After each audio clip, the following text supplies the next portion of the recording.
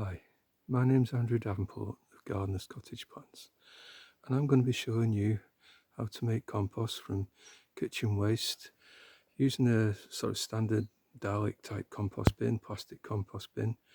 We're going to be using the quick return method to assist in making this compost, so we make it very, very quickly, as little as 2-3 weeks, probably even less.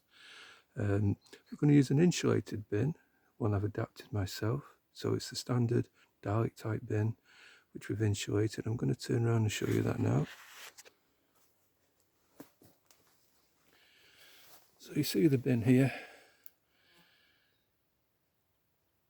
and that's a full size dalek type compost bin.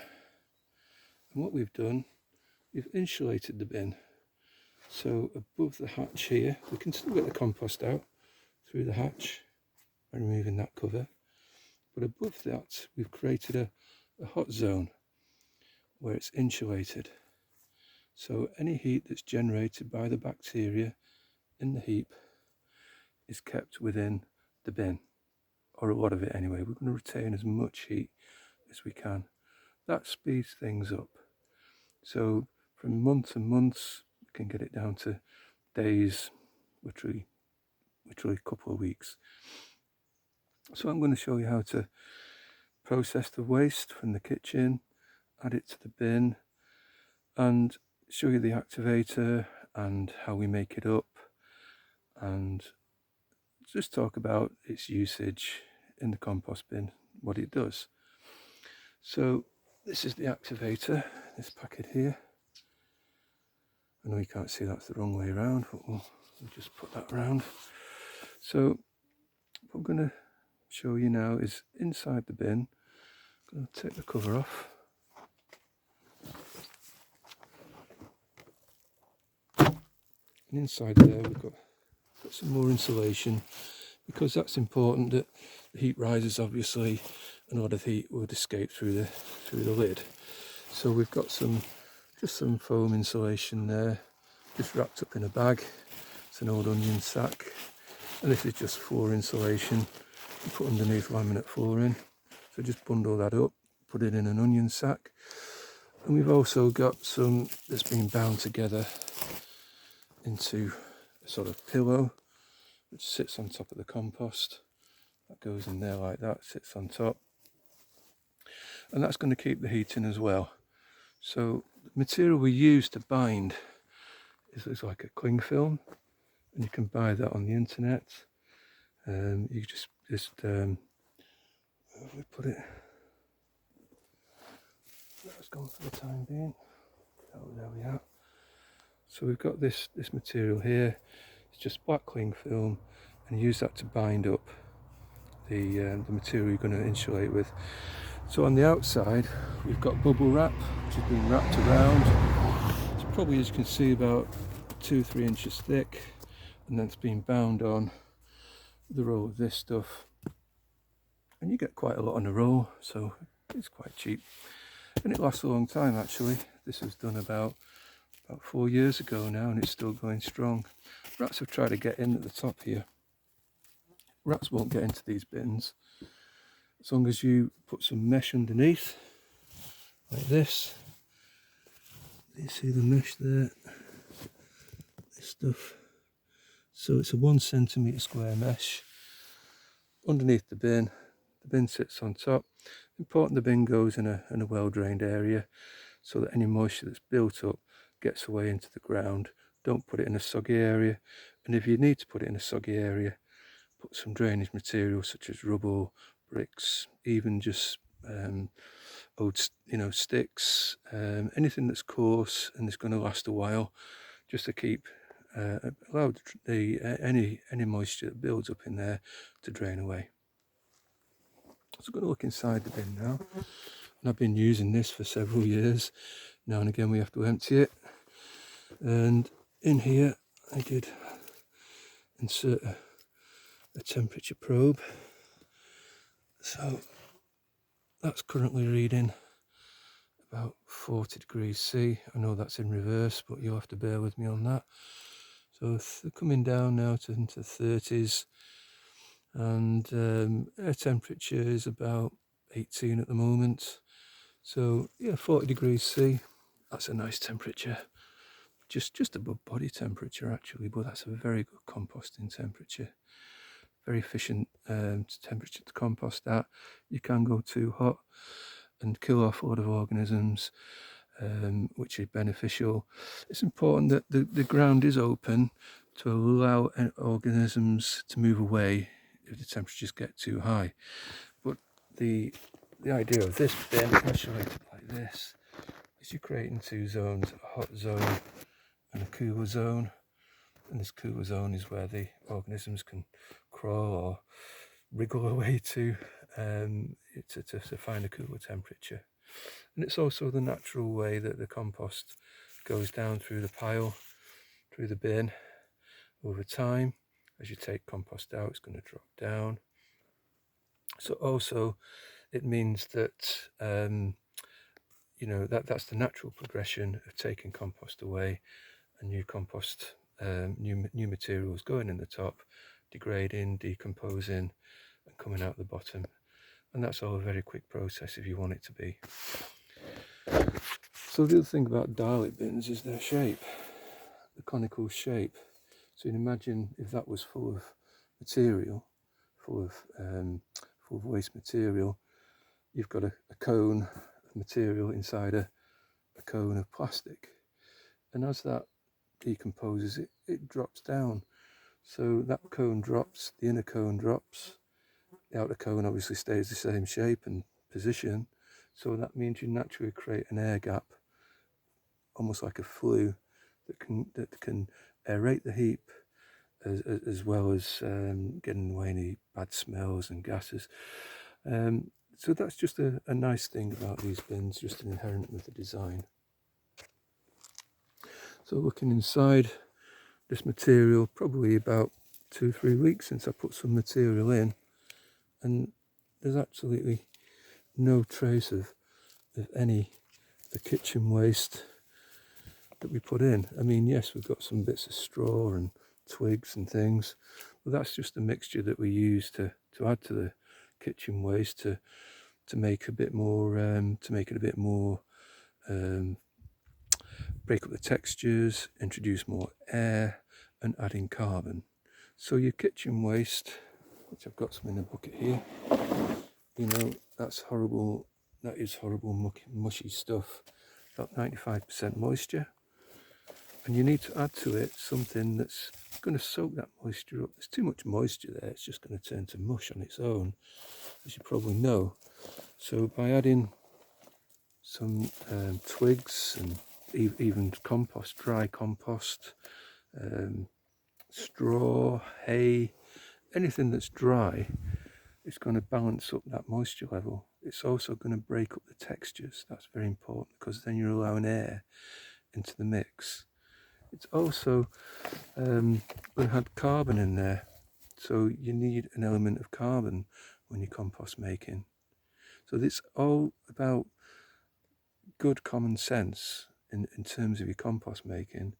It's all about getting a balance of materials, put rubbish in, get rubbish out with all of that one, browns and greens, get them, that's great, mixing them up.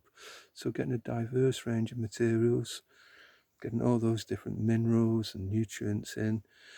And what you're doing really is creating a home for organisms to do their work. So we want them to assist with that.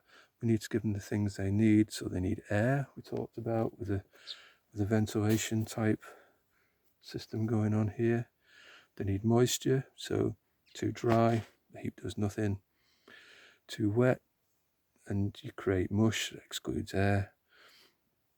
So we need shelter in terms of the bin, keeping the temperature up, keeping the rain out. So there's a band of temperatures that organisms want to work at. If it's less than 5 degrees C, they tend to go into dormancy. And as we said before, if it gets too hot, they just simply either die or they just move away. So you've got to create the right conditions in the bin that suit the organisms, not the materials you're putting in. It's just suiting the organisms. The stuff you put in is the food for the organisms. It keeps them going, and they'll break that down very, very quickly if you get everything right. Okay, right, so we've got some kitchen waste here, as I said, very mushy, and what we do is just mix it in with, if you can see this area that I'm in now, this is an area where I put a lot of clippings from the herbaceous cuttings when we cut down in winter. So you can see these remnants of plant stems which have just turned to like a straw type material, and we've got leaf, and we've got a bit of wood chip and just all kinds of stuff, and it's quite dry at the moment, so we can just get that in the bin. We can just get that in with, mix it in with the compost, get a few spadefuls in there, just mix it all in, and then we think about the size of the material that we put in. So if you put great big lumps of material in, that's going to take a while for the fungi and the bacteria and worms and wood lice and everything else that's in there to get in and break it down and chew it or whatever it's going to do.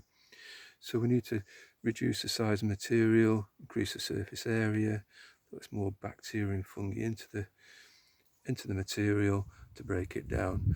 And a simple way to do that is to get a spade, and literally we're just going to chop that up. Excuse the quality of my video making, but we're just trying to get a point across. So chop that up with a spade, give it a good chop, so it's all pretty much not much bigger than the size of a golf ball. Good size to aim for. Just keep chopping, and then you can add that into the bin. But before you do that, you need to put a bit of your activator in. So the activator, as we've said, it's a powder. It's available from me, and the business I operate is QR Composting Solutions, to sell the activator. It's a powder, and all we do is take a teaspoon of that powder. It's a nice stuff, it smells lovely. You take a teaspoon of that powder and you add it to a pint of rainwater. Give it a shake, leave it a few minutes, give it another shake, and it'll start to sort of fizz up. I've made some already. We've got some in an old milk container behind here. There we are. So just give that, take the lid off that. You just shake it up before you use it. This I made up a few days ago. It'll last for about a month if you keep it somewhere cool and dark. I'm keeping it behind a compost bin under the hedge at the moment. So that's as good a place as any. And give it a sniff. And if it smells awful, that's gone off, It should smell sweet. This is starting to turn a little bit, so I shouldn't really use it, but for the demonstration purposes of this, we can just add that in.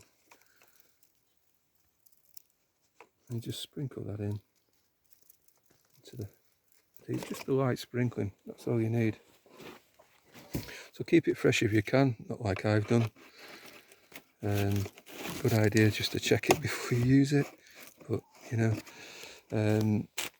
add the activator before you put your materials in, always that way round, and then you can add your batch of compost material into the bin.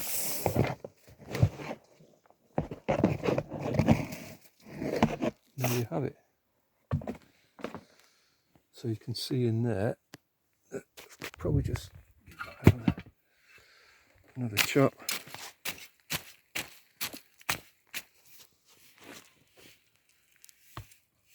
And you can see we've got all kinds of kitchen waste in there, stuff from the garden. So we've got the broad bean shells, banana skins, tea bags. If you're using tea bags, make sure you buy ones that don't have plastic material in them. And we've got coffee grinds and all kinds of stuff. Another important thing is make sure you get some soil in there, or old compost. That's going to put the organisms into the heap, the organisms that are going to do the work. So especially if you're starting a new bin off, we've got plenty of organisms down there, don't need to worry too much. But just getting them into that top layer of material that you've just put in is also going to help. You know, there's no delay there, they're already there, ready to work.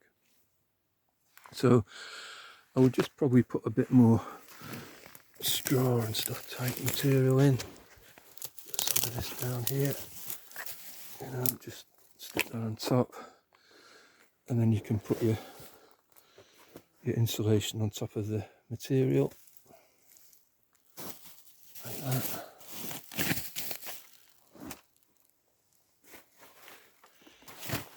Stuff that down there. That's all lovely and snug, and then lid back on the top.